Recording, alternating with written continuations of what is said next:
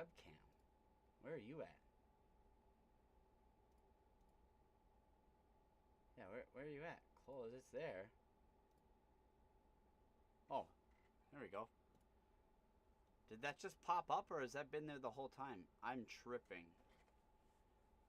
Has that been there the whole time? I don't know. Let's move it up to there, right? I like that.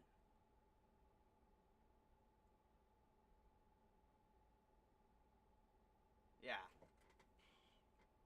I like it. How in the frick?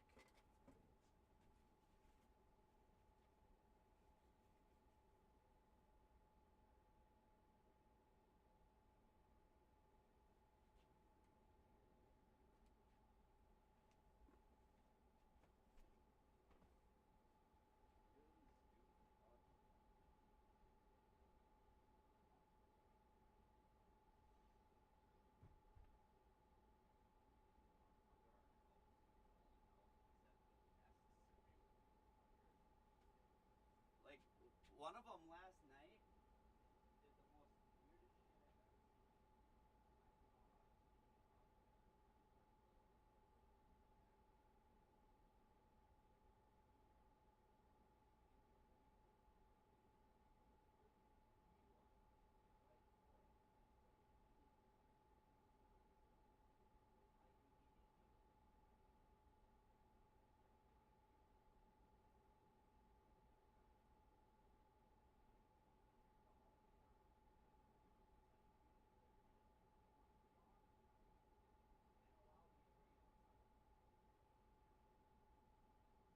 scary too. That it just like started acting like a little fuckers and stuff. It's like this thing's gonna be crawling up my fucking nose at me.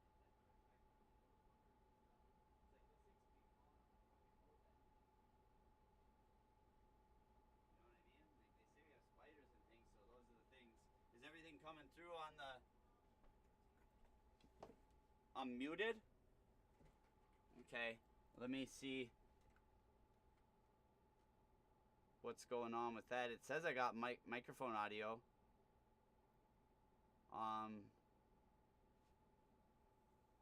Wonder why it would be.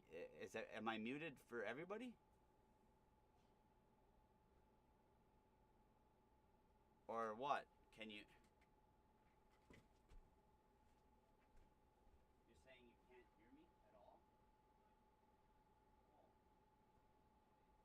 Well, I could see the thing on my thing moving. Like when I'm talking, it's pretty loud. Like this is going up. Like, but if I need to turn it up, I want to definitely know. What you got it at, Darwin? Or like, does it need to be up a little more, tweaked up a little more? Oh, you know what? Let me get my headphones on. That'll actually give me a really good kind of adjustment. There's quite a delay. That's fine. That's normal. There's always delays. Don't mind those. Yeah. I don't mind the 30-second delay. I understand that there is a 30-second delay. That's normal. I completely understand that. But other than that, is there anything else that's not working out? Like, cause I can turn my voice up. Like I can, like if I want to have like let's say this isn't enough, I can turn it kind of to right here, and that way when I talk normal, it's just sort of there. So I don't know if that's a little better for you guys. Definitely let me know with a yes or no. I know it takes 30 seconds to get there, but that's just fine. And let's take a look at everything that's kind of going on this week. It's going to be a very interesting week here for fantasy. I got to get my chat up as well. I got to get like some form of like a YouTube studio or something, huh? YouTube Music, YouTube Studio. Is that what I need? Is this? 1K watch, 3K, blah, blah, blah, blah, blah, blah, blah. I'm trying to get it so I can see you guys' comments, if there is any. This is the first time coming on this show. We have 238 total subscribers. Thank you, each and every one of you. It is hard to get subscribers on YouTube, much harder than it is everywhere else. I've been busting my buns over on TikTok, really trying to establish a really great fantasy football channel and a football channel in general. I wasn't able to do the stuff on YouTube because of my nose stuff. Like I can't breathe very well, guys, and so it causes a lot of problems and stuff. And like even now, I'm just like, well, give me some air. But anyway, oh, that'll be good. A Benadryl, that'll help allergies. But anyway, yeah, I wanted to have a nice fantasy football show where I could come on and talk ball, and we did. We had a great one going on TikTok, and it just they zapped me. They said I was gambling, which I don't even say the G word on there. It's just like, come on, man. What's this plus? What's it? YouTube? Where's? Oh, does it not say if I'm live or tripping out? Dashboard content. Am I not live to them? I'll just go to YouTube, I guess, and just look up my name and stuff. Like, see, this is why it sucks, because I don't know anything on here, and I'm gonna have to relearn kind of everything. But once I get it established, once it's all good, and we can come on, we can do the show, we can go through fantasy, we can talk about everybody's fantasy people and stuff. I think that would be that's gonna be much better. I think we're gonna be in much better shape. Yeah. But yeah, if I can't see them live, I don't know how I'm supposed to. There we go. I could see it. There we go. Finally. I was like, I don't know how I'm supposed to get to the comments. There we go. All right, perfect. That's much better. All right, sweet. I can actually see your comment. And I got my volume down quite a ways. But yeah. All right, we scared off the first person, but that is okay. We're going to get this thing rocking. And what's so cool about this is we're going to be able to do this, and then I can just edit and save basically for the majority of it. And I think I could even cut and like do all that stuff and add music, but just basically editing the show afterwards and making it go might be the way.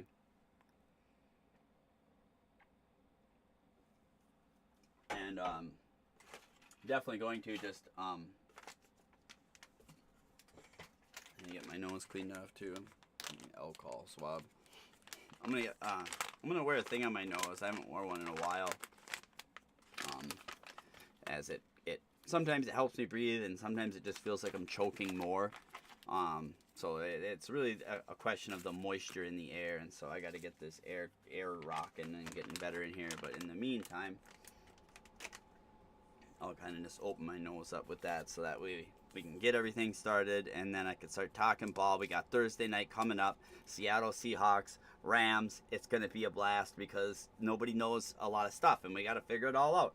I checked the weather for Seattle. It's going to be windy. Gusts of wind for 21 miles per hour. 9 miles per hour base wind. So, like, my question is how windy does it get in that stadium, I wonder? And I know that they have, like, the opponent's face on, like, ooh, ouch, it burns my eyes, on, like, one side or whatever, and it messes them up, or to mess them up.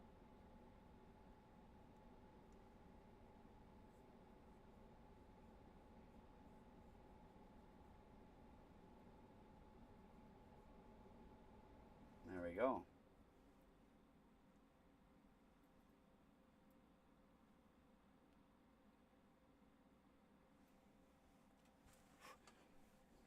Hot, hot, hot, hot.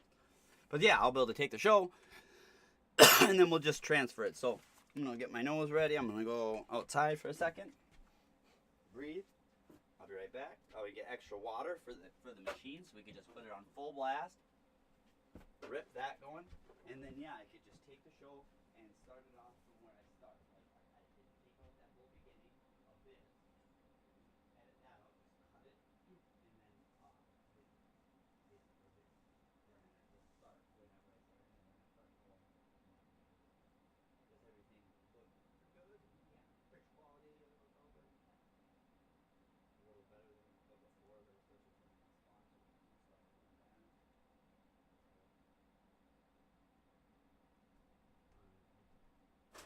Put this on, and I wish it wasn't as hard to breathe as it was right now. And the house is super dry. Air.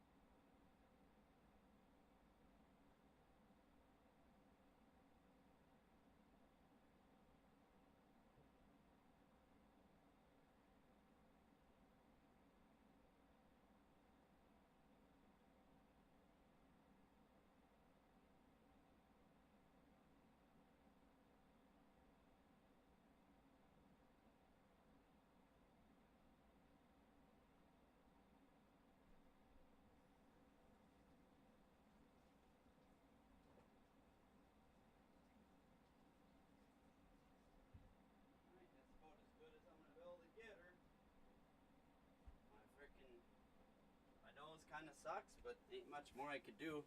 I done as much as I could. Oh, the water for the thing. See, I almost want to put the big unit in my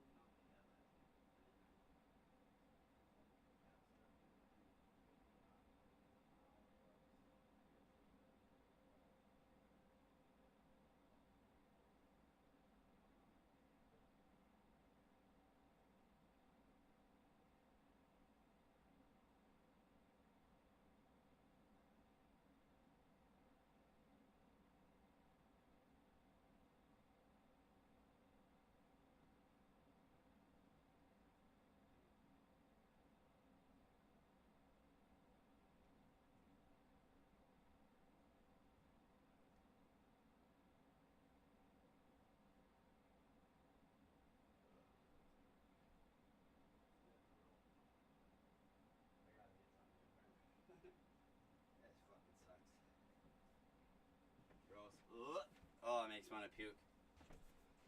Like, that's not gonna work for fucking gram after gram after gram. I just want to throw it up. Oh my gosh, I should have just got the grape or the whatever. So stupid.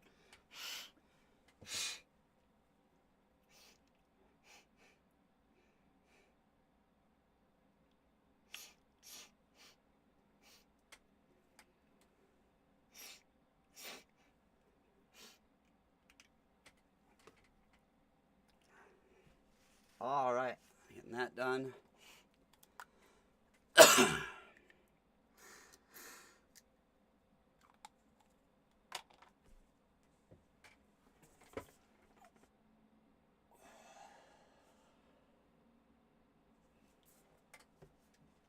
Man, I wish I would. Why do I always pick out the fucking worst flavors?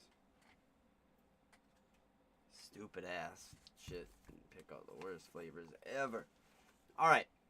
Yeah, it's gonna be hard to get motivated with nobody watching. I'm gonna admit that. It kind of fucking sucks.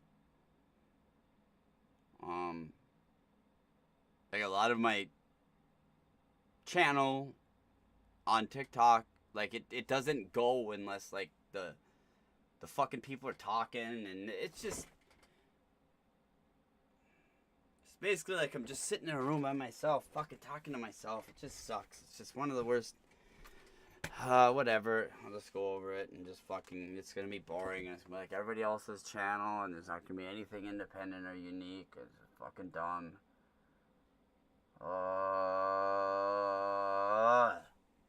Fuck it. Start the show. Let's go. Bruh.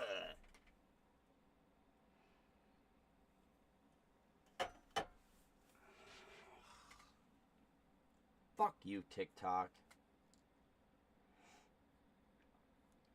Bitch ass fucking TikTok. Fucking. Ugh.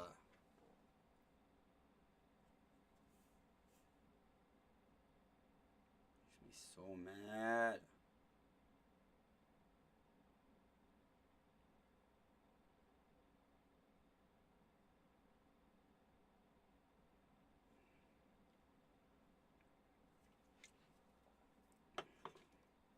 I fucking hate this, man.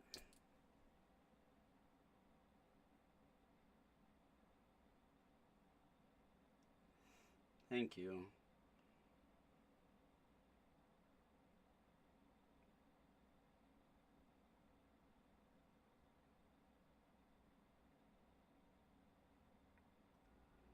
This just sucks, man. I spent $50 and bought just fucking 4 grams of fucking trash. I should have just drove to Duluth yesterday. I feel like fucking absolute shit. Take one more hit off that fucking poisonous vape, and it's just pure poison.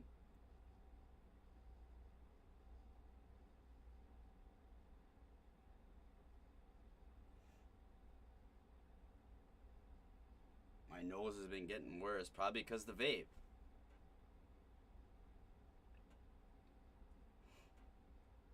Can't smoke that fucking trash. Gosh damn it!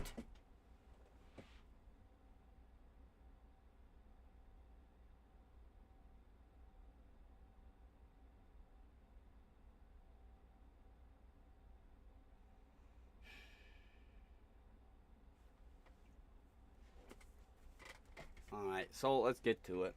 We got LA, and here's some of these. So these are like PFF secret shit that they want to hide from everybody, and they want to make you pay a bunch of money. So if you want any grades or anything like that per game, per thing, I'll hook you up, man. I'll get inside there, as I also have my. I could work for PFF as well, but like, why, right? Fuck that. No, I might actually do it, but because they'll give me PFF Plus for free. But we get these extra little rankings, and why these are important is because we're gonna look at games like the teams that are similar to the game that's happening. So we got the Seahawks, right, battling the Rams. The Seahawks are a very tough team, and it's at Seattle with a little bit of weather. So what teams are kind of like that? San Francisco, right? I really like that. Look at this. Look at how they did against San Fran. They had a 91.1 overall. One of the better teams.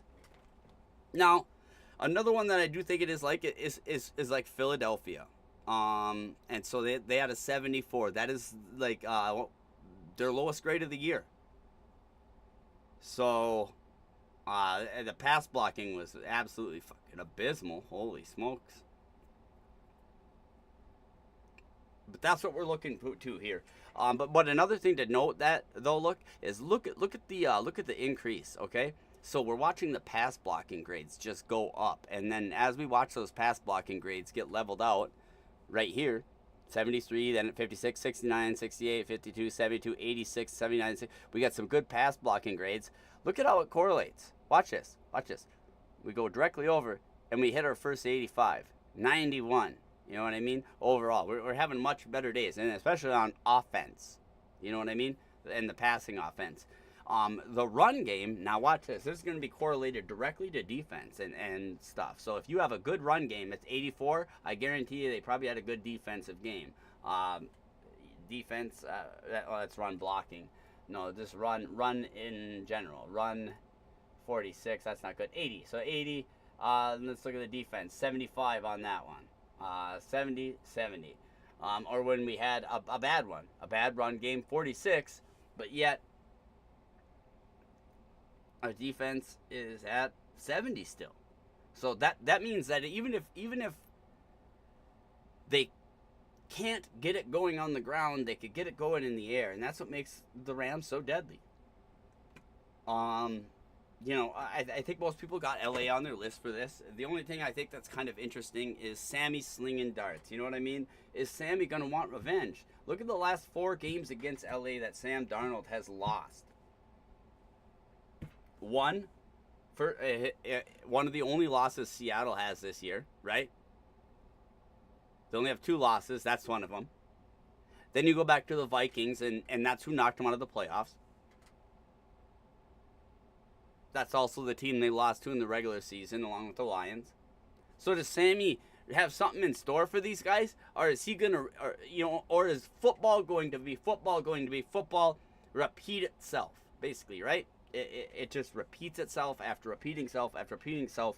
Sometimes we get outliers, but I don't know. I feel like the Seahawks might get rolled up. What do you guys think?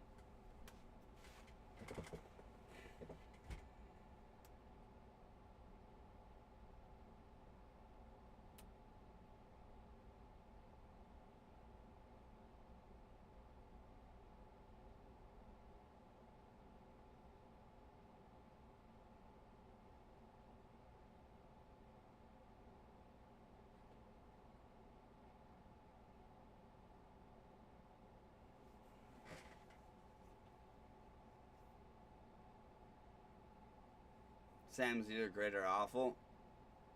What's he going to be this game?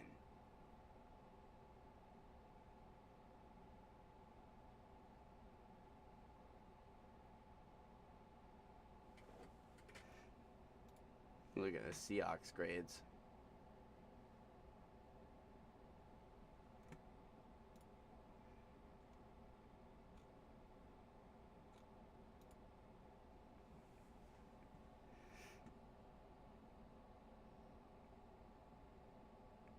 Some of these abysmal pass blocking, and Sam's still slinging it. Oh, wow. Look at the last time they played the Rams. Look at the passing offense, 38.5.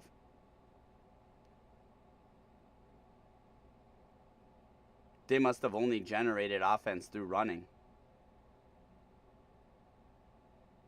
67 running, yeah. The abysmal game.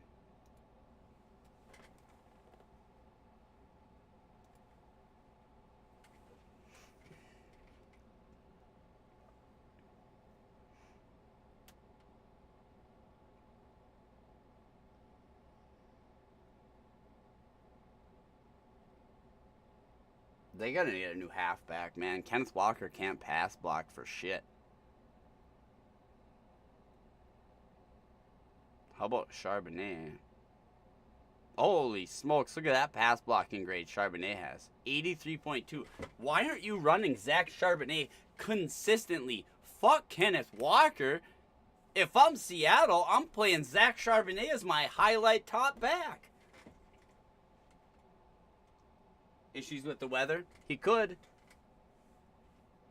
He could. History could repeat itself. Sam could have a abysmal day. Offense. Sam Darnold was like basically last in the offense here.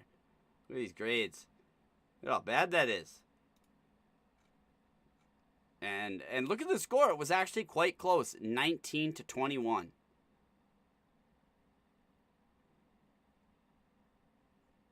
You do the Rams against the Seahawks. Windy day. I like the Rams because they got two running backs, Blake Corum and Kyron Williams, I feel are better than Zach Charbonnet and Kenneth Walker. I feel like if you were to switch them around and have Zach Charbonnet your main back and Kenneth Walker or get a new running back, dude. Holy shit. I didn't realize Kenneth Walker couldn't pass block at all. Like at all. Like that's terrible. That's some bad. That's not good. If you can't do that. But this is what concerns me though for the Rams is if the Seahawks were able to keep that to 19, and this was at LA. Keep that in mind. Bring this to the windy city of Seattle, and you got that Seattle stingy defense. You could have something, but I think the Rams continue and they stomp them out. There is no Devontae Adams this game. I think Cody Parkinson has himself an absolute game.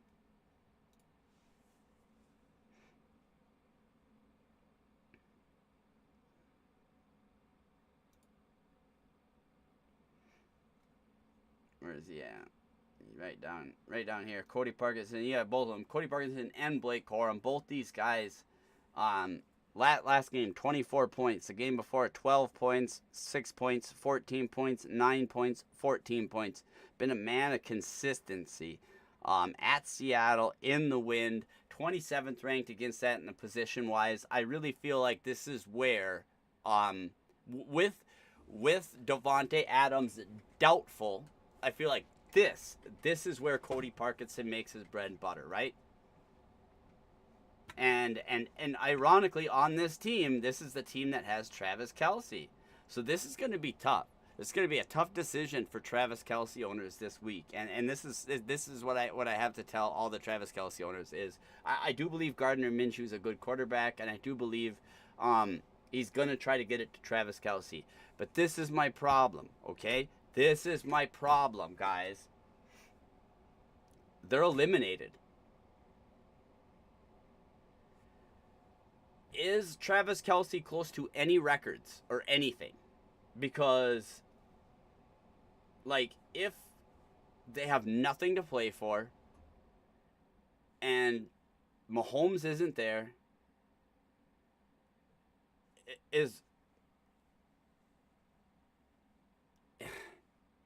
are they going to try is what I'm saying. You know what I mean?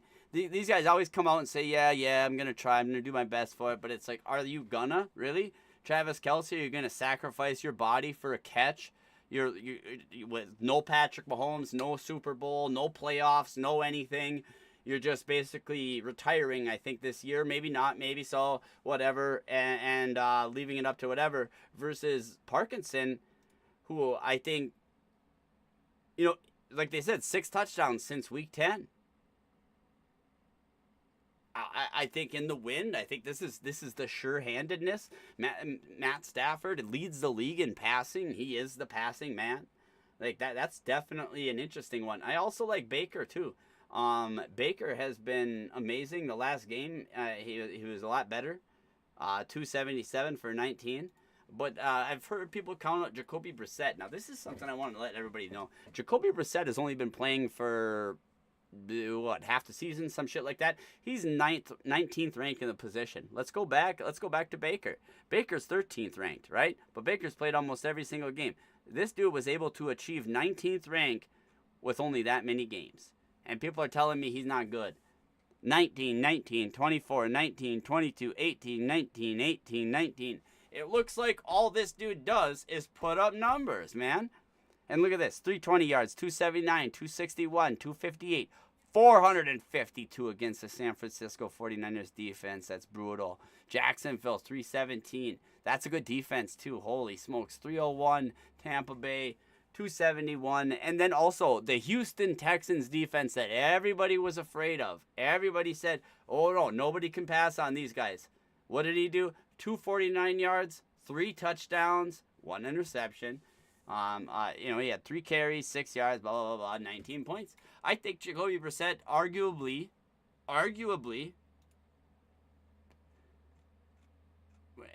and his last game, Cincinnati, I think with the schedule he's got, he's arguably one of the top guys. In my opinion. It's going to be hard to figure out who you want to play and this and that and all the things. But, yeah. Eagles at Washington. Absolutely love that. Chris Olave. Oh, what's up? Sorry, I didn't see that. Get yours. Wandre, Caleb or Knicks this week? I like Caleb. Caleb is going to be going and using the wheels. Caleb got a little more to throw to. Ben Johnson really getting that offense. Bo Nix, this is my biggest problem is, R.J. Harvey. How's R.J. Harvey feeling? What's R.J. Harvey going to do? Is R.J. Harvey playing? And that's going to be kind of the big thing. Is it going to be some McLaughlin in there?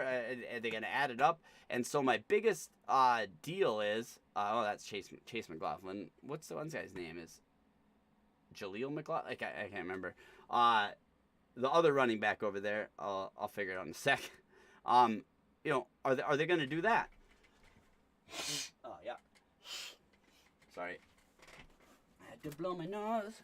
And I'll get to that other question, too, as far as Swift, Sutton, or Judkins and Evans. Those are some good ones, too.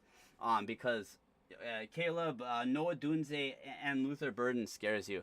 Luther Burden's been all right, but he's questionable on the injury report. I guess you could be like, he doesn't have as much receiving power.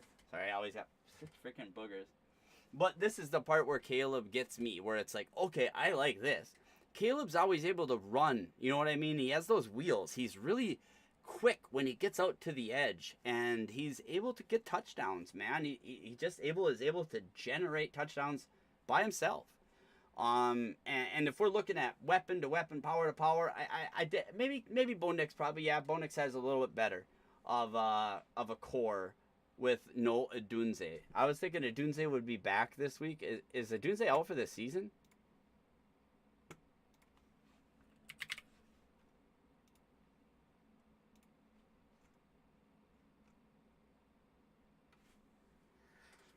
So he fractured it. All options are on the table, including the possibility so he could be shut down. I mean, they did pretty good with DJ Moore as their number 1 target last game.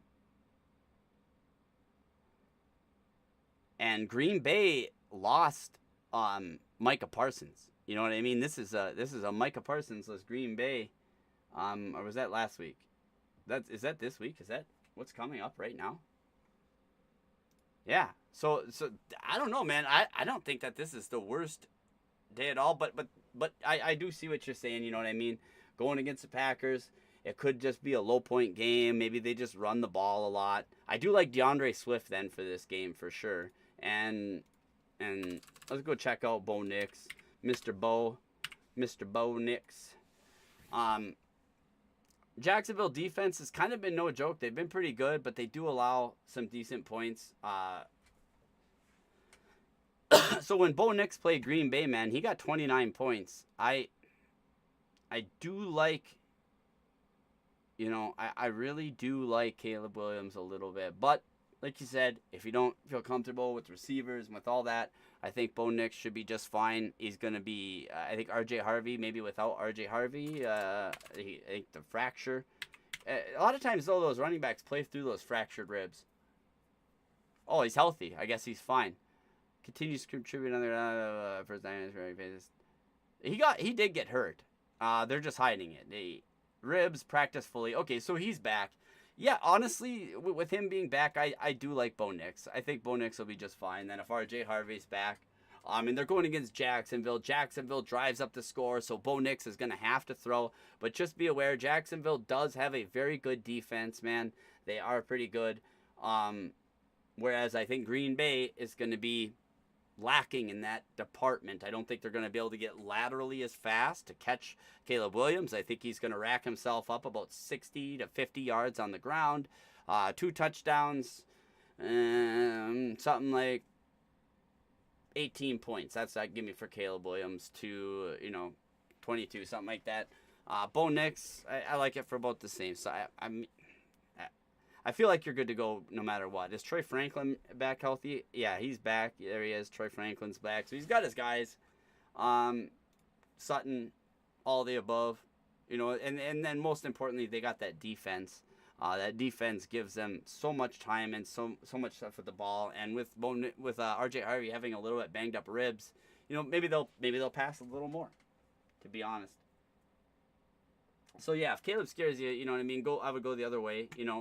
But then I would like this. So it's like, okay, so if we believe in Bo Nix, then I think Cortland Sutton is a pretty solid pick. And if we're not thinking that Caleb Williams is going to be being able to get a ton of passing as much, then I feel like that bumps DeAndre Swift up because he is their passing back, he's their main back, and I feel like he's going to get a lot of opportunities to catch. Now, there's stuff that I can get wrong where like last week, okay? I predicted it perfect. I said Aaron Rodgers is going to be able to throw even though it's against the cold in that Pittsburgh game. And I was like, Gainwell's going to be getting all the passing downs and all that stuff. Gainwell's going to be the guy I pick. But if you have Warren, I do believe he gets in the end zone. I believe Aaron passes it up there, and I believe he gets a goal line carry and gets in. He missed on both his goal line carries, and then they had that Hayward tight end do a trick play and get it in. Some of that stuff is it's just impossible to predict. You can get so far ahead with it, but then, game script, because they're also trying to trick the defense, so it is tough. But that's where I believe in that. I do like Sutton, I do like Swift, and I do like Nix under those pretenses. Also, like Denver, I don't know. They've just been pretty good, Look at that against Green Bay, though. Gosh, that is just kind of a sign, though. I really still feel like Caleb Williams has a decent day. I think Caleb is just fine. But like I said, maybe it's even better for DeAndre Swift. Maybe DeAndre Swift has, like, the big day. The big day. Because, yeah, he hasn't gotten up there in a while. Not since Cincinnati, in New York, and down to 9 Minnesota. That's brutal. 21 Pittsburgh. Philadelphia 9. Green Bay 14 last time at Green Bay. Oof.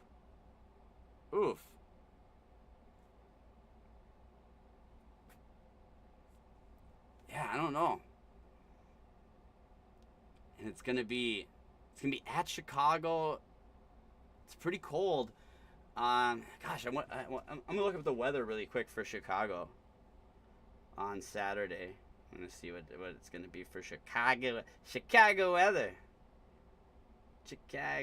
Chicago, Illinois, United States. 49, raining today, but as we go throughout the week and we get to Saturday, it's like lows of 24, highs of 40. Not that bad in the Windy City that day. And of course these can change. Obviously, it's weather. You know what I mean? Saturday's low will be 24 degrees at 12 a.m. and the high will be 40 degrees at 12 p.m. That's pretty warm. But the temperature range will feel like 12 to 35 degrees. Wind will make it feel colder than the actual temperature. So they will have some wind, as like I said, the Windy City. So I like it for DeAndre Swift. That's perfect. I mean, that's really perfect. I think DeAndre Swift has a great matchup there, and I think that's a perfect way to go. Thanks for asking. I really appreciate it. Also, nice to meet you, Wandier 2634. Usually we're on TikTok. They gave me a slight little whatever you call it, like a couple days off because they said I was gambling. So we're rebuilding the channel kind of over here, and yeah, it just pissed me off because I mean we have 250 people in there, we have 100 people in there, and people just getting jealous. And now it's playoff time. People need the information that have been waiting and kind of with the channel all year. So that's why we're going to build this up as best as possible. These are going to be parts of the episodes we're going to put out in videos. If there's anything else that you guys are worried about, definitely let me know, because that is how it works the best organically. Even in the comments, because then I have ideas for next time and things to ask and things to kind of go over. It's really difficult to kind of just talk to yourself and just entertain yourself and come up with everything yourself. It's just one of those things. So I do appreciate any questions or any comments that anybody does leave on this video, and I'll try to answer them the best that I possibly can, as well as like I try not to be smug, you know what I mean? Smash the like button. Hey, I appreciate that, man. I really do. And I try not to be like one of those douchebag like kind of dudes. I don't know how to say it. Like, I take in your advice, right? So if you guys tell me something, I'm not just gonna be like, nah, dude, you don't know ball. Don't put that. Like, I will if it's someone, if you don't know ball and it's something just absolutely asinine. But like, if you're telling me something, I'm not just gonna interrupt and ruin your stuff. I love the hive mind. That's why it's called like the MrKnew and Crew show. You guys are the crew, man. You guys are my fam, and that's what's fun about it. That's what makes it fun. And I know we had it going huge on TikTok. Someone got jealous and just rampantly turned us in. You know what I mean? But like, that's why building this here is going to be great. We also have, if you guys want, you know what I mean, you guys can check out any of our sign into chat, sign into web browser. What? Wait, what?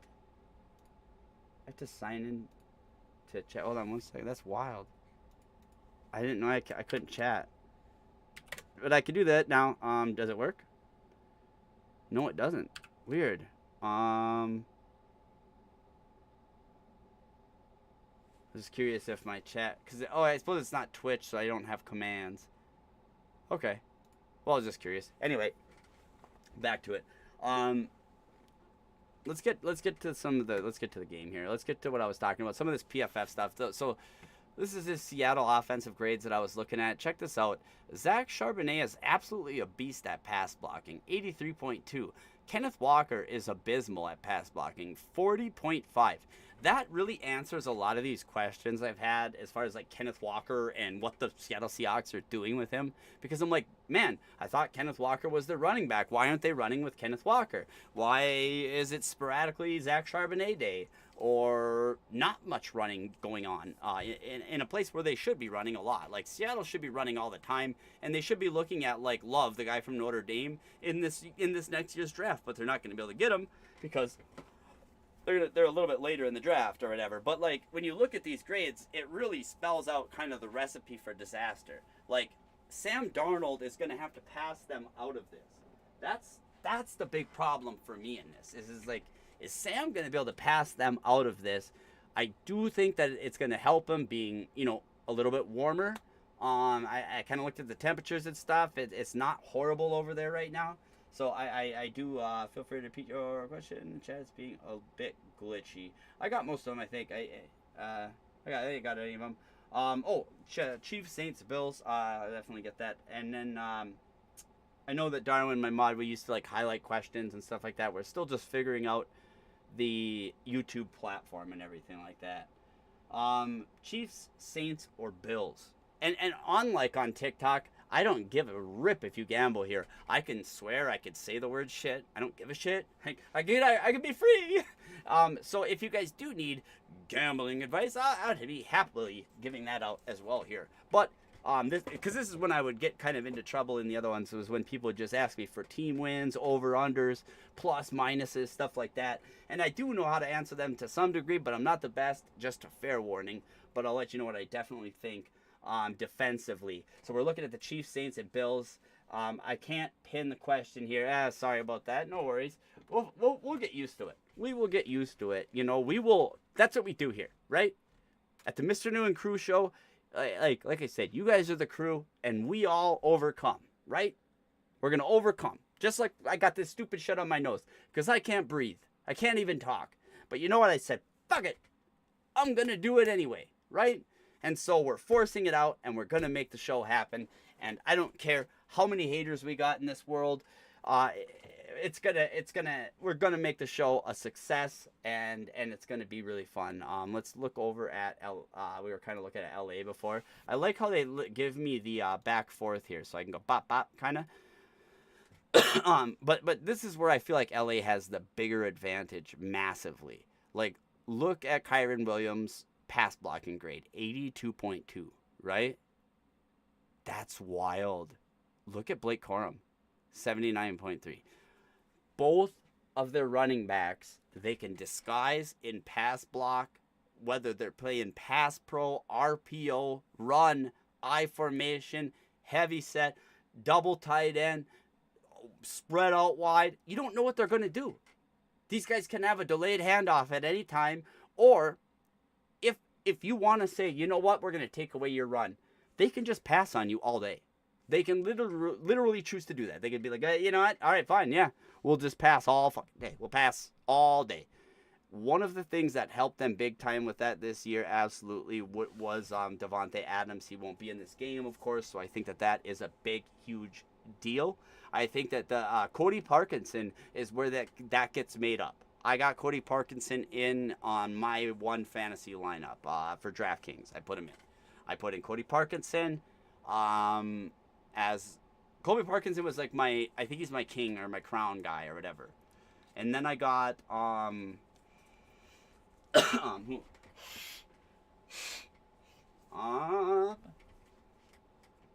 put in Kyron Williams, Blake Corum, Matthew Stafford, Smith and Jigba, and Puka Nacua, right? Or did I miss Puka? I might have missed Puka. But got everybody in. Definitely. It was definitely a big one. Let's see here. Jackson Smith and Jigba is 2 of the number 129 receivers for what? NFL matchups. Okay. Oh, so this is gonna nice. This is gonna tell us exactly who is going against who. So this is the cornerback Emmanuel Forbes for the Rams. Going to be going probably against Smith and Jigba along with Wallace and Durant. The thing with JSN is he moves all over the place. You know what I mean? He can get moved everywhere, and that's why you get such a high, target share and stuff like that for him. Is because he's kind of moving all over the place and he's getting opportunities everywhere. Seattle's going to really have to play some good defense to get their way out of this game. I don't know. Straight London, great matchup advantage.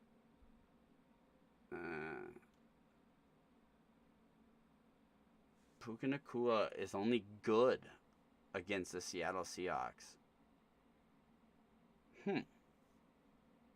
And Puka Nacua is by himself. Like I said, he does not have Davante Adams today. Do they lean on the run? And does LA lose?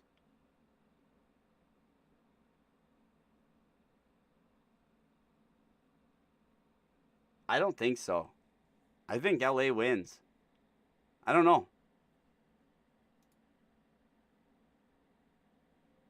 Wait, what? Why is this showing Bijan Robinson? I don't. Stafford. Okay, here we go. Okay, so let's look at some of this matchup advantage. Running back coverage. So they don't have the best running back coverage. So if the Seattle Seahawks were to do like I say and have a Zach Charbonnet day, like they would be in much better shape. Zach Charbonnet as that passing back and stuff, as well as the ability for Zach Charbonnet to be able to pass block. I think all of that is super important. And with a running back coverage score of like that, especially in the receiving, they're 31st of 32 teams. The Rams are. So, like, that's their weakness. That's where you can get them. You know what I mean? Their one spot where they're the strongest, you know what I mean, is going to be playing receiver coverage. So throwing to Jameer Smith and Jigba, that's where they're going to get hit the most. But I don't think it's going to take such a big hit that it's going to matter. Tight end, 18th out of 32. So they're not as good at covering the tight end. A.J. Barner could end up, you know what I mean, getting a couple decent catches. That's another player I really like for Seattle that doesn't get talked about very often. I think he's a great player. Then you got the offensive line pass block, 11 out of 32. That's really good. You know, you want a top 10 kind of line or within that for your quarterback. You don't want to be outside the 15 in that. But the opposite side, you got the pass rush of a 13th out of 32. So they're very tied up in that. The defensive line and the offensive line is pretty equal. That's for sure. You know, the tight end coverage, this is where I'm saying, like, I look at that, 29 of 32. I believe Colby Parkinson has a day, bro. Right? Yeah, I think Colby Parkinson has a day. I don't know. Sam Darnold going against that. So we can look at it from the Sammy Slingin side. Wide receiver, 2nd of 32. Whereas wide receiver, 1st of 32. So Matthew Stafford's wide receivers are the first best in the league. So if anybody wants to say, who's the best duo? And they want to put T. Higgins and Jamar Chase, get out of here with that. It's Puka Nacua and Devontae Adams. No talking about that. There's no discussion to be had. That is the best line in all of football. Are the best wide receivers in all of football. Now, the matchup advantage, look at this. Seahawks, red, red, red. That's where we get worried. Like, the advantages just stop for the Seahawks after receiving. You know what I mean? And that's where it gets a little risky. This defensive line pass rush being 7th out of 32. Tight end coverage, 3rd out of 32. Running back coverage, 5th out of 32. Okay, so what does that mean, right? Like I said, they can't cover running backs that you pass. So if they do Zach Charbonnet, like, I think that they could win. If they play Zach Charbonnet, they play the pass game, and they just base everything off of that and go heavy Smith and Jigba. There's that other player from them or whatever. There's that other tight end, or not tight end, not the tight end, A.J. Barner, but the other receiver. He's got to play a big important part. And I really think that that's the way Seattle can win this game. Because if you look at it, they're not going to win it in the trenches. Their offensive line is 10th out of 32 pass blocking, going against the 7th best pass rush. That's brutal. That's brutal. When you're the 7th best at pass rushing, that means you're getting to the quarterback consistently, and you're disrupting them often. And this is where it gets really, really, really hard for me as somebody to say this team can win easily. When the tight end coverage as well is really thick, that's your safety valve. Where in the world is Sam Darnold going to go? That's my biggest problem. If he can't go to Barner and they double cover, you know what I mean, JSN, he's going to have to utilize his other receivers. And I really think he's going to have to utilize Zach Charbonnet out the backfield, using him blocking, using him doing everything, and then Kenneth Walker on some delayed runs and some things like that where you need some heavy downhill. But outside of that, I think that's where you really get better. I think we were looking at a couple defenses we wanted to check out. I think someone was saying for some teams, players, defenses. I think it was the Chiefs, the something, and the something. It was the Chiefs, the Saints, and the Bills.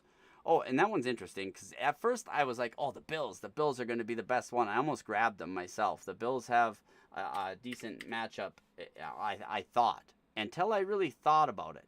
You know what I mean? And I was like, man, You know, Cleveland, they played brutal, but what if they have that game? You know what I'm talking about? It's at Cleveland. Quinshon Judkins has not looked that great the last couple games. What if Sanders, Judkins, the whole crew cranks it up, man? Or what if they don't and they just get smashed up? I do think it is a decent look, especially with Shedeur Sanders throwing that many interceptions, and the fact that this team has went through quarterback after quarterback after quarterback. It means that they're really scrambled up and they're going to have a hard time getting plays down. So I do like the Bills going against Cleveland as the number one out of those three. And then when we look at the Saints and the Chiefs, they got Gardner Minshew, so they're like, why does it matter Patrick Mahomes being in or out? Because of time of possession. When you are able to hold on to that ball longer, and what Patrick Mahomes is able to do is like convert third downs, which gives the offense more time on the field, which gasses out the opposing defense. Now, if, you know, Gardner Minshew is able to do that, I think they're in good shape. If he is not, I don't, like, the Kansas City Chiefs don't have a run game that pops off the charts that I'm like, oh my gosh, these guys are the best. Like Kareem Hunt, and they're getting old, man. Their best running back is Kareem Hunt, a kicker from back in the day. I mean, come on. And he was a terrible kicker at that. He kicked a human being, in case anybody wants to know what I'm talking about. Human being right in the face. My point is that I just think that I know this is bothering me so much. I just think that the Chiefs defense there, I think Tennessee can actually hold up on this. I think it'll be a decent defensive day, but I don't think everybody's gonna go all out. You know, and then the Saints going against the Jets. I like this, actually. Like, as far as this one goes, I don't mind this one. I think that this one's just fine if a person wants to play against the Jets. Like, you know, like, I just don't think the Jets have been that great. I think they've been really struggling. You know, are they going to play, who are they going to play?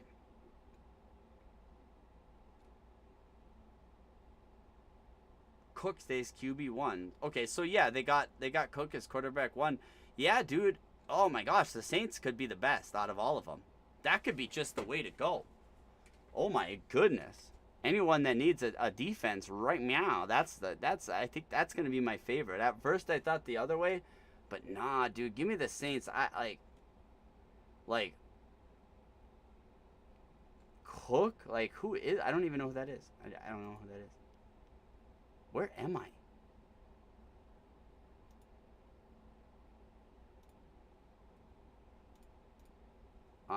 Let's see here. I want to look up Cook. Brady Cook. Yeah, dude. Wow. 1 yard. Or 1 touchdown, 176 yards, 163 yards, 46.7, 66.7 against Jacksonville, Miami. Going against New Orleans. Dude, this is the play. Yeah, I like the Saints, man. The Saints, it's a great defense to use for this week. Absolutely. I have a couple of decent defenses in my team, and it's hard, like, honestly, to figure it out. I got the Broncos, and it's like, I don't really want the Broncos against Jacksonville. Like, that's not ideal. It really isn't. And then you got the Jags versus Denver, and the Jags have been the number 3 position ranked defense all year, and I think the Jags versus Denver might do better than the other way around. Than the Broncos versus Jacksonville, you know, but maybe I'll be wrong. I don't know. Yeah, I don't. I mean, Jacksonville can score, and that's my biggest problem. Is they do have a good run game. They do have Liam Coleman's got that team frickin', or whatever his name is. He's got that team running on all cylinders, man. You know what? Yeah, I'll make it really easy for myself.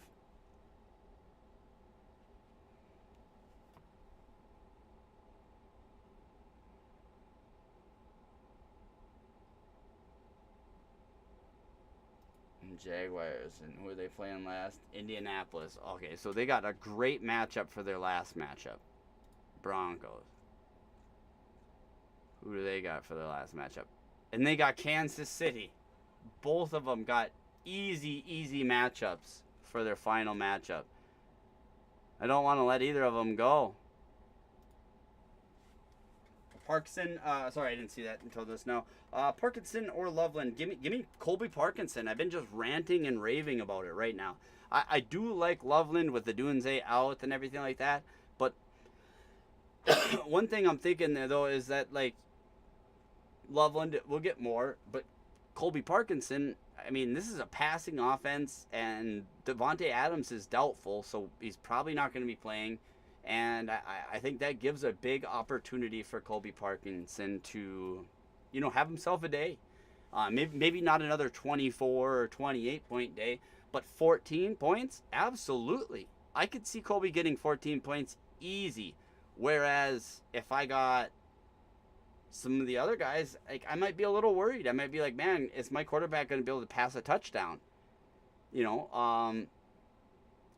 And that's where the problem gets in.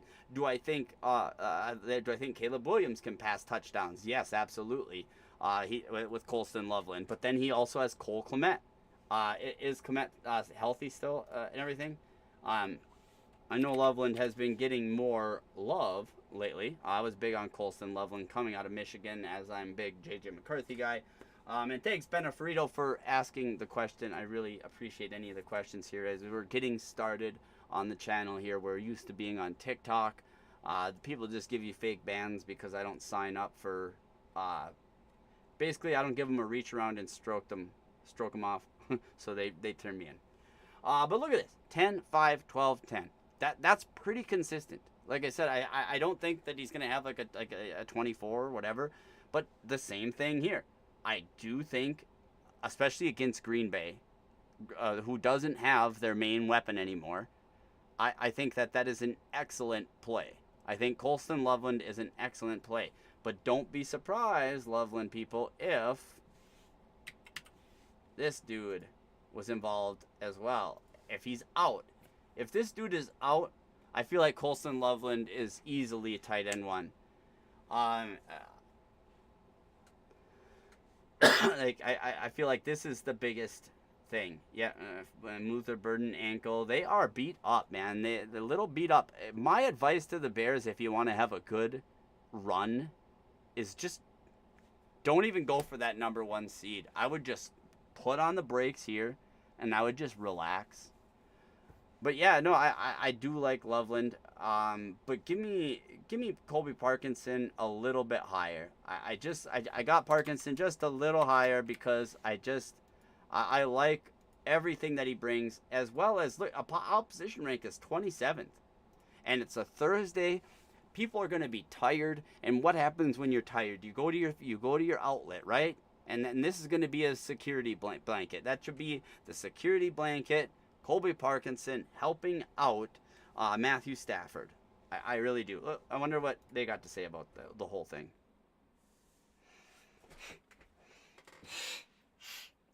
Stupid nose. Does it not play? I think they have this thing designed so it doesn't play when you're recording stuff. Yeah. They make it so that you can't show their video, but they don't have their knowledge sucks anyway. These guys don't know shit. They're really they're bad at their job. Like, I'm just gonna call it straight out.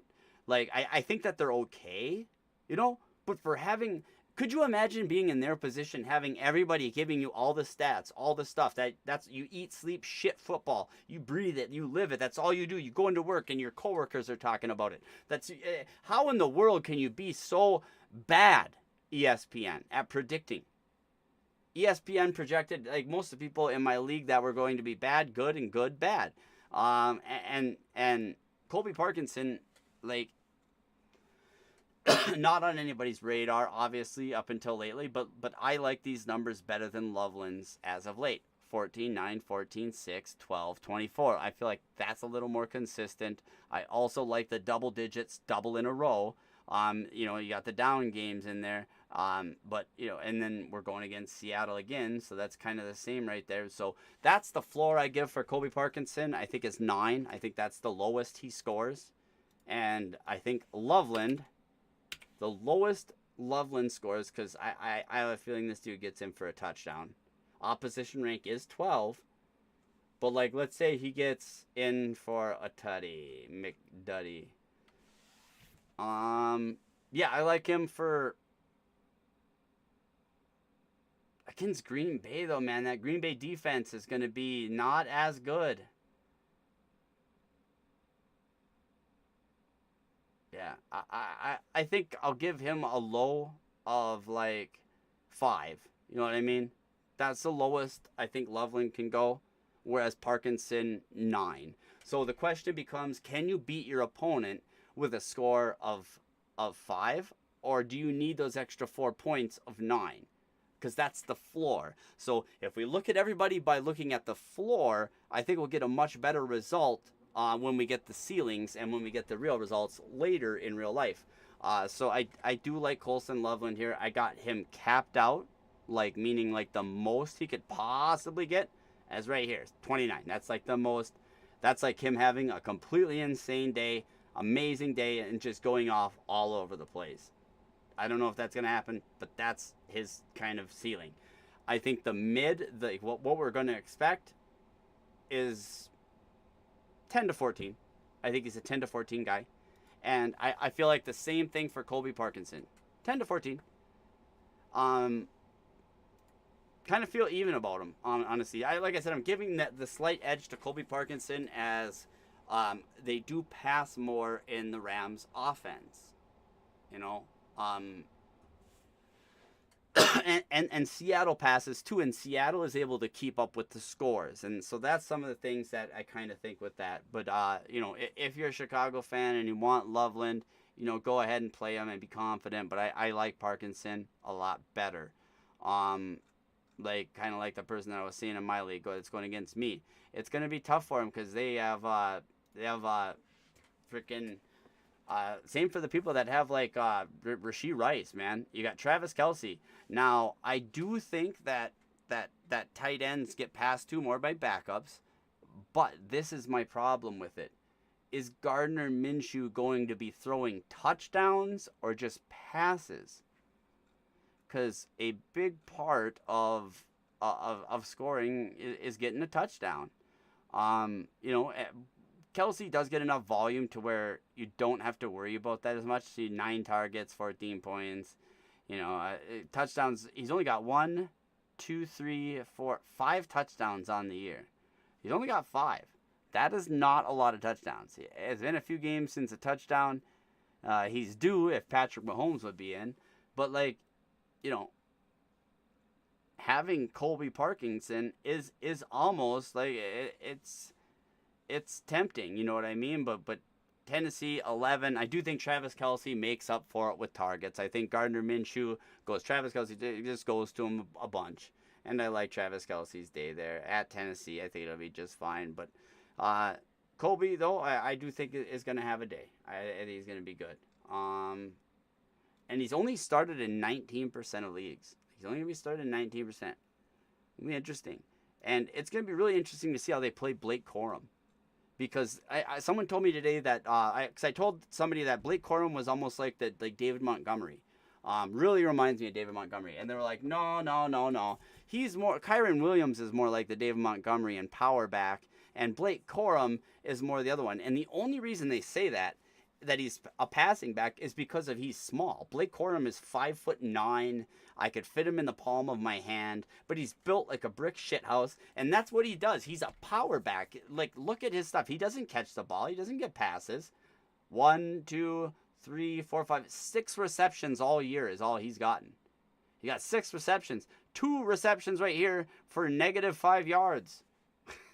So like when we're talking about receptions, Blake Corum, what he relies on, and he did this a lot in college, is getting underneath that line. He's smaller, so when they're in the goal line position, just like David Montgomery does, he gets underneath the line, squeezes himself in for the tutty, McDuddy, and looks good while doing it.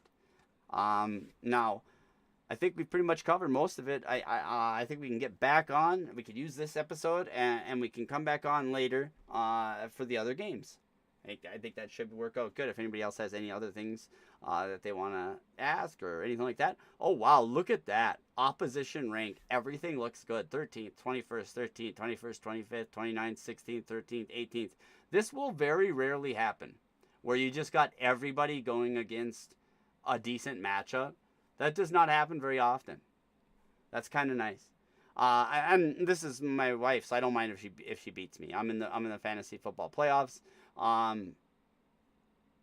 The other league, you know what I mean? The other one is this one right here.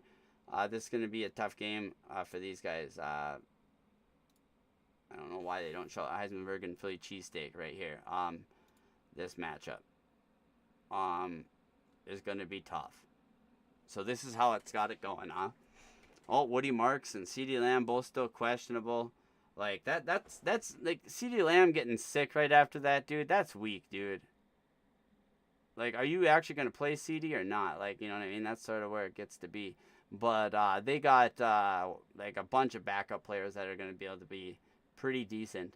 You know, 1, 2, 3, 4 checks over here. 1, 2, 3, 4, 5 check marks over here. They kind of like this a little better. I like it better. I just hope CeeDee Lamb can play. And then Woody Marks going against Vegas. If they don't want to play Woody Marks, they got Aaron Jones as well to put in. So I do think that Heisenberg can take this Philly Cheese, even though Philly Cheese is the first place team, 11-3-0 on the year. Congratulations, amazing year. But yeah, I think Heisenberg can get him. I think it's going to be a fun game to watch. Does Heisenberg have anybody, or they have anybody for the bench for today's game? Chicago, Cleveland, Green Bay, Seattle. Oh, they do. They got Rams. Rams defense going against Seattle. Can Sammy cut up the Rams for the first time ever? That's going to be tough. That's a big ask. That defense, like I said, we were looking at those defense. The Rams defense has been top notch. I do like the Texans defense against Vegas, though, too. That's a really good matchup. And Vikings, Will Reichard against New York Giants. That's decent. Zay Flowers, Aaron Jones, New York Giants. I also like that. Jacoby Myers against Denver. That's a little bit risky. But Michael Wilson for Atlanta, for Arizona, if CeeDee Lamb doesn't play. But yeah, CeeDee Lamb has gone over the 100 receiving yard mark 3 straight games. The Cowboys, most recently 6 catches. Like Lamb has also been targeted an impressive 27 times in his edge. This hot streak will likely be put to the test week 16 and an extremely stingy pass defense. Is he sick still, though? Illness, did not practice Thursday. That's not good, dude.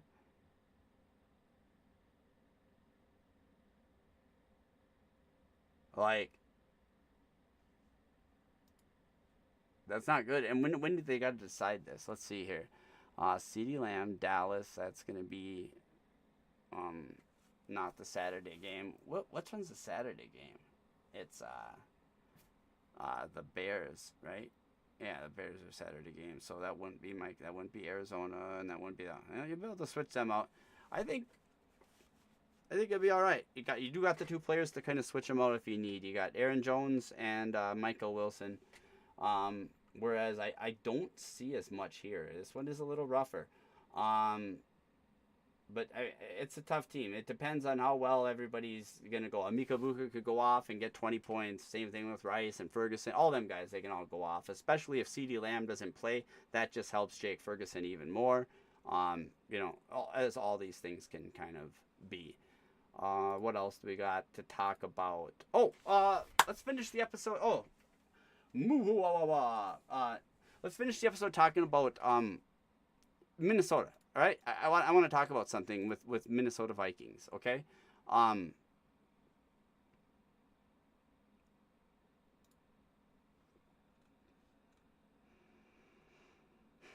Chris Carter has come out and said a lot of things lately. And he's come out and stated that the team has had to dumb itself down for the passing game to be better. Now, the passing game, the last game against the Cowboys was a 90. A 90, dude. That barely ever happens. The defense only hit 92 once. They only hit a 90 once. The special teams hit a 90 once this year. So for him to hit a 90 in his basically rookie year, that's a lot. But then the lows are really low, 22.8. That's brutal on the passing department. But I believe, like O'Connell was telling him, like, I don't like this, I don't like that. I don't like that. I don't like that they're saying, like, oh, I don't like that he's grittying into the end zone. What the fuck you mean? You say that Justin Jefferson's your favorite player, and you sit there and do it in front of everybody too. Sorry guys, I'm gonna go off, so you might want to go off for a little bit. I'm gonna talk a little bit about this shit because this is what I want to talk about, and because it pisses me off. All right, I'm sick and tired of O'Connell and all this bullshit about it. All right, because okay, tell me this, motherfuckers. Tell me this. Why can Kevin O'Connell be like, oh, Justin Jefferson, you're the best on the team. I love you, Justin. And I get it. Justin Jefferson has a track record to prove it. Whatever. All that stuff. Or whatever. I still don't believe you should call somebody the best on your team or like say that they're the best or whatever. But Justin Jefferson's first touchdown. What did he fucking do, guys? What did Justin Jefferson do for his first touchdown? Can anybody tell me? Look it up if you don't know. Look it up and watch the shit.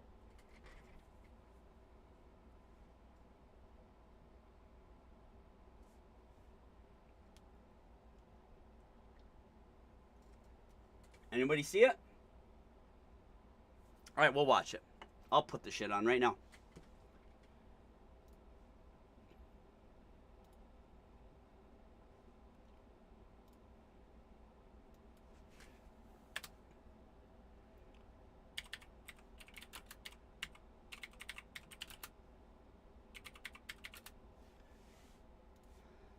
You ready to see Justin Jefferson's first touchdown?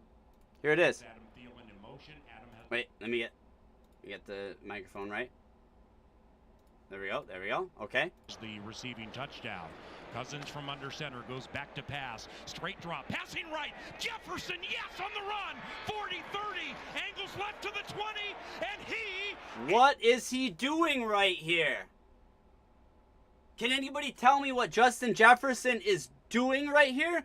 Is he grittying into the end zone?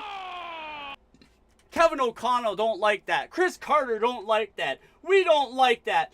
If it's Justin Jefferson, it's okay. But when it's J.J. McCarthy, it's not. Why the fuck not? You don't like the bravado? You want to listen to Bruce Arians and give him a reach around and suck him off? Bruce Arians comes on, he's like, I don't need that with all my quarterbacks, all the slobber and drool and everything. Leave that to the linebackers. Bruce Arians, you were carried by Tom Brady. You couldn't win a fucking Super Bowl. Your quarterback sucked. You're the one that drafted Jameis Winston, you fucking bum. Oh my gosh. I would love to debate all of these people. Okay, so it's okay for him to do it. Okay, so that's the first double standard. All right. Now I want to talk to you about another one. Okay. They got mad at J.J. McCarthy for being 9. Oh, 9, you're so stupid. 9. You don't need to do that. You don't need to bring that. Justin Jefferson has been known as Jets forever. That's his alter ego. He has went on and stated, yeah, I come on, I become Jets. But there's no problem with that. All these guys are trying to say is that they're coming on and that they're flipping a switch so that they could be competitive. Because if you're nice, you're going to get your ass kicked out of the playoffs. And I get it, Chris Carter don't like any of this, all this new kid, new wave shit, and he's all old school, but you need to chill, dude. You need to chill with the shit you're saying, especially online. Oh, one good quarter when I know the rest are going to be bad quarters of football from the quarterback, J.J. McCarthy, who will be replaced eventually, saying shit like that. Unless you're bringing Joe Burrow to town, shut the fuck up, dude. Unless you got something positive or constructive to say behind that shit-eating grin on Good Morning Football or whatever. Like, oh, yeah. Dude, that was the most annoying shit I have ever heard. All right? It's like listening to Deion Sanders talk about Shedeur Sanders. It's fucking annoying, dude. I love Shedeur. I think Shedeur is going to be great. But listening to Dion describe Shedeur, you see the smirk in the back of his face. You know that he's saying double meaning words. Why are we holding this stuff against J.J. McCarthy? As well as J.J. McCarthy's leg goes in the air. His body mechanics are shit. Peyton Manning had bad body mechanics. But he's a Hall of Famer. Why are we letting stats people tell football people how to football? Because I'm going to show you something else that Chris Carter, he talks about all the time. I know Chris Carter like the back of my fucking dick. Where's my football?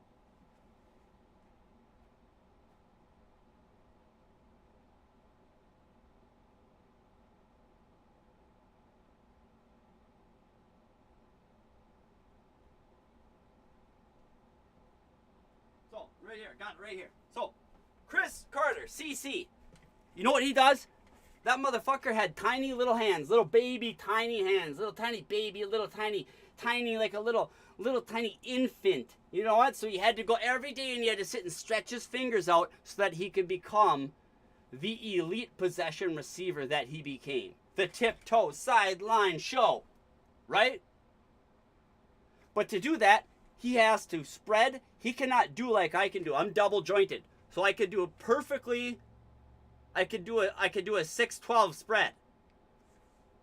And it covers most of the ball. He can't do that. Believe it or not, his hands are smaller than mine. Smaller. Like that's when you look at some of the quarterbacks when they're holding the ball and like their fingers going up to there. That's because they got small hands. That's why you want someone with bigger hands. So what does Chris Carter teach? He teaches us to kind of flex our hands out, and then we're able to get that double jointedness. My point in all of this is that what if when J.J. McCarthy is throwing in these body mechanics and everything like that, what if some of that is because he's double jointed or triple jointed or has certain flows and everything that give to his power? I get it.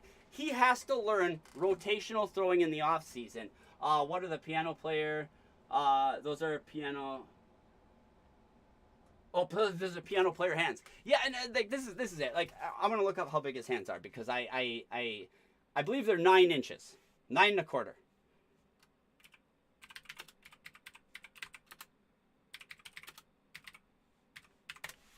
Maybe only 9. 9 3/8 inches. Perfect. Gosh damn, I'm good. Holy shit, I'm good. I'm fucking good. I'm fucking the best there is. Woo! So, my hand at that 11, but even though he has a 9 1/4 inch hand, he's able to get an 11.25 inch span. That's almost the length of a football, like my hand here, from pinky to toe, like that. Like it's a whole thing. And so, like, Chris Carter made that up. Like, nobody in science said that you can make yourself double jointed by constantly stressing your hands with a football. That's what he did. He would do this all the time. He'd sit there and do that. What if J.J. McCarthy did a bunch of stuff too? You know, and maybe you're just buying into this narrative, handoff, go vroom, vroom, blah, blah, blah, blah, blah, blah, blah, blah, blah. Because this is the thing. In the last game, he passed for over 200 yards, over 240. I wanted him to go over 240. He went 250. Okay, I get it. Like I said, he's throwing linear. You know, and that's what all the body mechanics people are freaking out. When everybody's like, oh, he throws like shit. What they're talking about is linear throwing, okay? I'm going to teach you guys something. There's 2 types of throwing. Linear, it's kind of like a baseball pitch. You put your front foot forward and you throw into it, and your back foot can come off the ground and you can kind of lead into the throw. You know what I mean? And you throw into it. Now, there's the other type of throw, rotational throwing. That's what Dak Prescott does. And that's what you see him doing that exercise with his hip, because he generates all of the momentum from hip, rotate up, to arm, to thing, and the ball comes out. And your foot doesn't really leave the ground. It kind of comes up like a golf swing. Like, you know what I mean? It's like doing the Happy Gilmore versus doing the regular. That's kind of what JJ's doing. There's nothing wrong with the power ball. There's nothing wrong with Gilmore's power swing. He just had to learn the short game. That's all JJ has to do. Literally. And so, like, if that's all he has to do, like, 2 years off, right? I'm sorry, I'm starting to choking a little bit. 2 years off.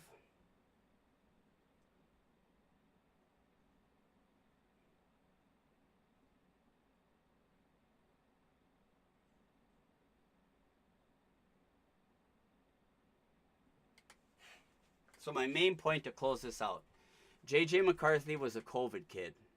So he didn't get very much practice then, okay?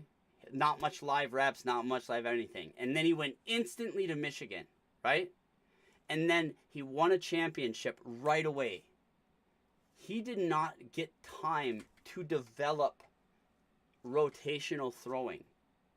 And I believe that Kevin O'Connell is going to teach him that other style of throwing so that he can layer the ball, feather it, and throw passes kind of like that one that we seen went over like back shoulder fade type stuff to the end zone, and just like lower accurate passes when he could just be calm in the pocket.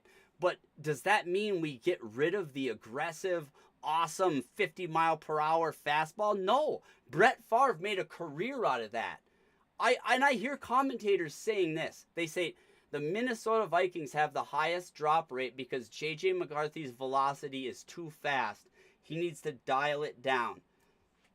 Do you know how many times this season I've watched Justin Jefferson have one go right through his hands, hit him in the number, Adam Thielen, all of them, T.J. Hawkinson, everyone. They need to catch that ball. I don't care if it's going a zillion miles around. They're supposed to be the best. If I'm Jefferson, I'm going to Brett Favre. I'm calling him.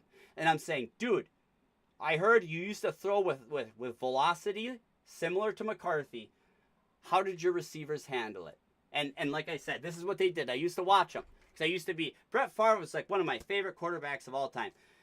The Packers mandatorily made you sit in front of the jugs machine, doof, doof, and catch footballs coming right out of there. Inches coming out. Just doof, doof. And that's how you practiced. Because the rotation on the ball is so much that it torques your wrists and torques your hands. That's what's tough about left-handed quarterbacks. Like if you get a lefty, the spin is different. So let's say you're used to catching these, and they kind of catch and they roll in, they turn in. But let's say if it's a lefty, it rolls out, and you're not used to it. And like, oh crap! And so that's where you can run into a little bit of trouble. And PFF doesn't have this. This is me. I have created an algorithm and a way to measure velocity as well as and this is very important. And it's very important that I state here and now that this is mine and mine LLC as well. As far as the equation and everything like that. But the rotations on the ball, okay? How many times does the ball rotate per foot, per yard, per whatever, per yard at 10 yards, at 20 yards, at 30 yards? And that zip on the ball, like the more the ball is spinning, the more accurate it can be to get to A to B. But even Tom Brady showed you cannot throw really a straight ball if it's spinning. So it is going to be off some. So that is where McCarthy, if he can become the prodigy of Kevin O'Connell. If you think Daniel Jones got better, right? And if you think Sam Darnold got better under Kevin O'Connell, imagine what the kid that he picked, he chose, and that he is literally raising and grooming, and then he realized, oh man, I'm making him think too much during the game. I'm asking him to do this other types of throwing and work on body mechanics. I'm worried about what the media is saying. Kwesi Adolfo-Mensah, I believe, needs to draft better. I believe he's been drafting terrible, and he's been getting away with a lot. I believe he's doing politics to the team. Is it any wonder that after Adam Thielen left, we started getting the ball to Jalen Nailor and winning, and then Jalen Nailor becomes one of the players of the week, right? So, like, I think there was problems in the locker room. I don't think Kevin O'Connell ever wanted Adam Thielen back. We lost a third-round pick because of it, and then we just literally get rid of him out of the locker room because he's that toxic. So he can go to Pittsburgh with Aaron Rodgers and play, quote-unquote, meaningful football. If we did not need him after the third game, Kwesi Adolfo-Mensah should have traded him right after that. Got our third-round pick back. That is way too much to pen. Kwesi Adolfo-Mensah is sinking the ship. He needs to... the only way that Kwesi can save his job, basically, is if he trades for Joe Burrow. That's it. That's the only way in my mind that I could be like, oh man, traded for Joe Burrow and then we kept Jefferson, so we're just going to build around that and we're good for years. And other than that, if he cannot get that, I'm really worried for the Minnesota Vikings. There is not very many draft picks that have stayed on the team, especially after the second round drafted by Kwesi Adolfo-Mensah. He needs help when draft selecting. This last year, when they were selecting offensive linemen, Donovan Jackson, they could have moved back with Kansas City all the way back to 32, still got Donovan Jackson, still got their guy, most likely. But if they didn't, they could have adjusted. There was a lot of other guys that actually turned out really good in that position, including the one that the Chiefs got themselves. So, like, I think we're always so worried about, oh, we're going to do this or, oh, we're going to do that, that J.J. McCarthy has to deal with all these politics. And the Vikings need to deal with all these politics. Like, that is not fair. That is not fair to McCarthy. That's not fair to his first year. And not fair to what he can be. You know what I mean? And you got these guys down here. Great show. I really like them. If you guys ever want to check out, it's the Purple Daily or Minnesota TPP podcast. There's also Score North and the big one, K-Fan.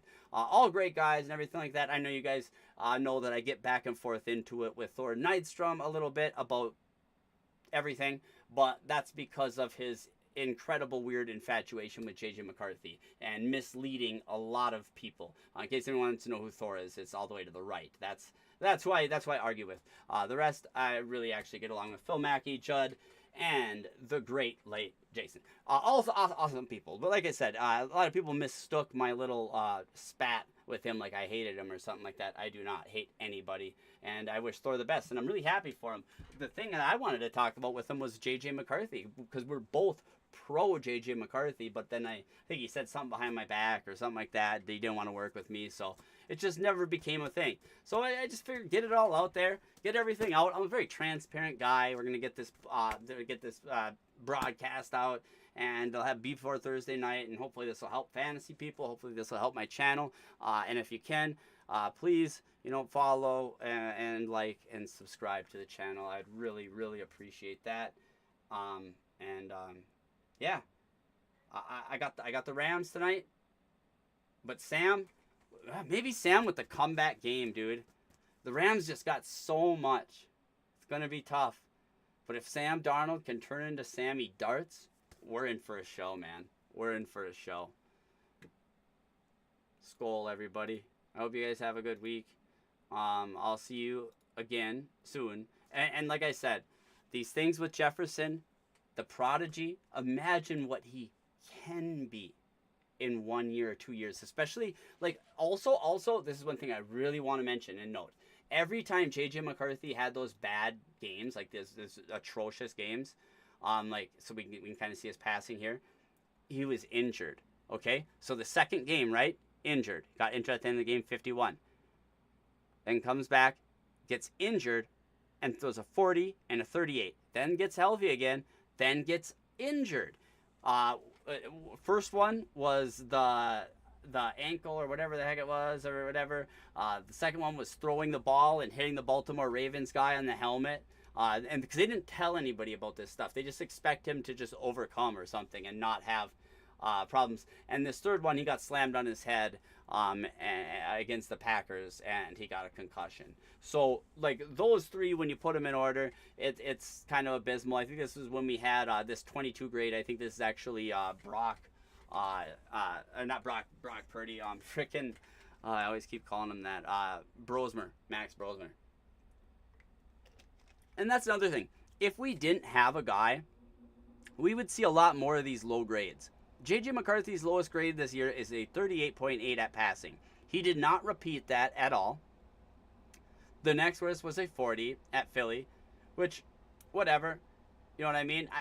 I think actually I don't even know if he played some of these games. Like some of these games, I believe that frickin' what's his name was playing. And he was no better than J.J. McCarthy when you look at the numbers. In fact, the team has been much better with J.J. as well as with Coach O'Connell, letting J.J. use his body mechanics. Like I said, keep the Happy Gilmore swing. Keep it. That's a unique. That's what gives him that power and that thing and that control in those odd situations to be able to throw to the left and that wild body control mid-air. That's his intangible. That's what makes him special. That's what makes him ability to do that. So when you teach him to be able to rotationally, and this is the thing, when I'm saying teach, he already knows how to do it, guys. It's not that he doesn't know how to do it.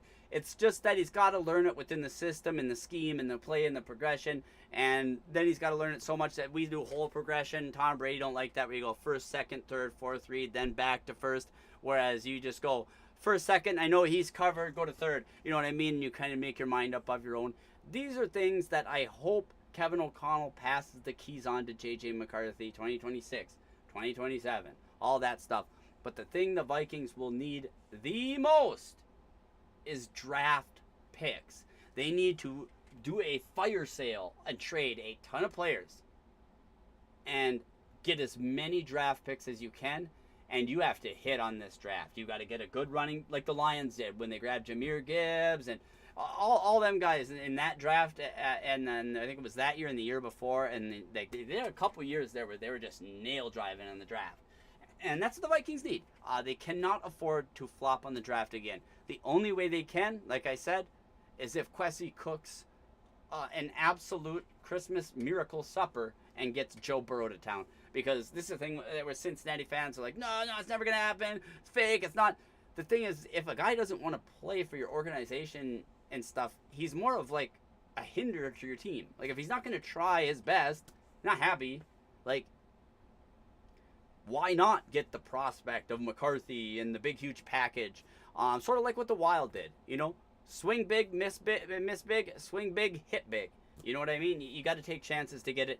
Same thing with the Wolves, going for Giannis Antetokounmpo, Colby White, Ja Morant, any of those guys. And then lately, I've been hearing a little bit about Darius Garland from the Cavaliers. I'm good with all, but if you want the big swing, Giannis.